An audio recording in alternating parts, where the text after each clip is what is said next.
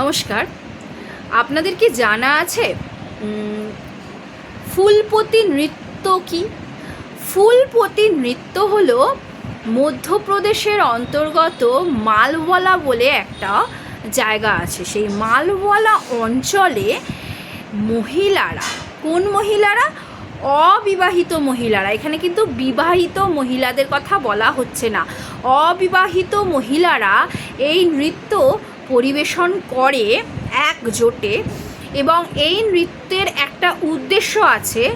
তারা কিন্তু এই অবিবাহিত মহিলারা এই নৃত্যের মাধ্যমে হোলি উৎসব পালন করে থাকে।